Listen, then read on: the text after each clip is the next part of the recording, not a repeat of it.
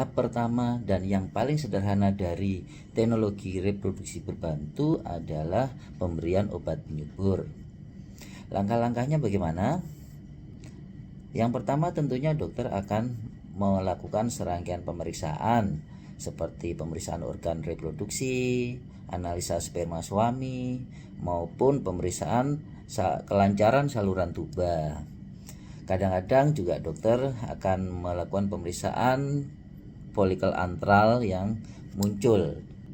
Setelah itu dimulailah pemberian obat-obat penyubur itu.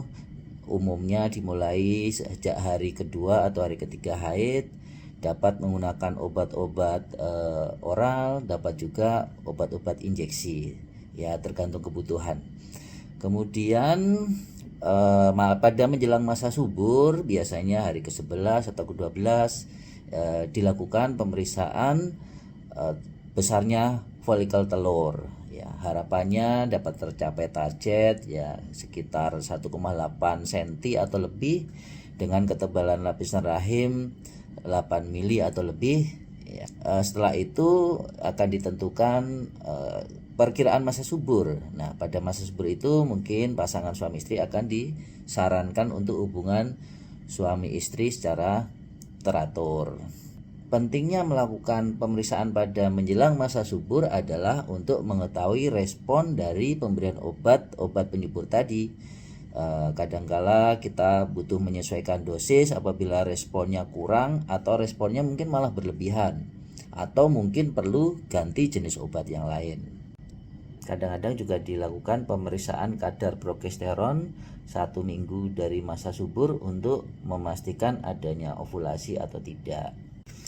Selama masa subur ini, dokter juga dapat meresepkan obat-obat penguat yang bertujuan untuk membantu penempelan hasil pembuahan ke rahim.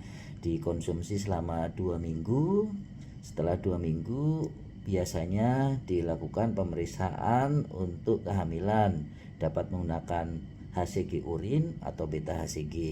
Jika hasil tes HCG positif, maka dapat dilanjutkan pemeriksaan dengan USG mungkin sekitar 2 minggu setelahnya.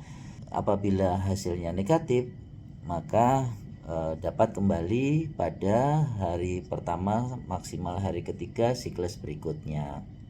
Tahapan pemberian obat penyubur yang sederhana ini dapat diberikan sampai 6 siklus haid atau 6 bulan.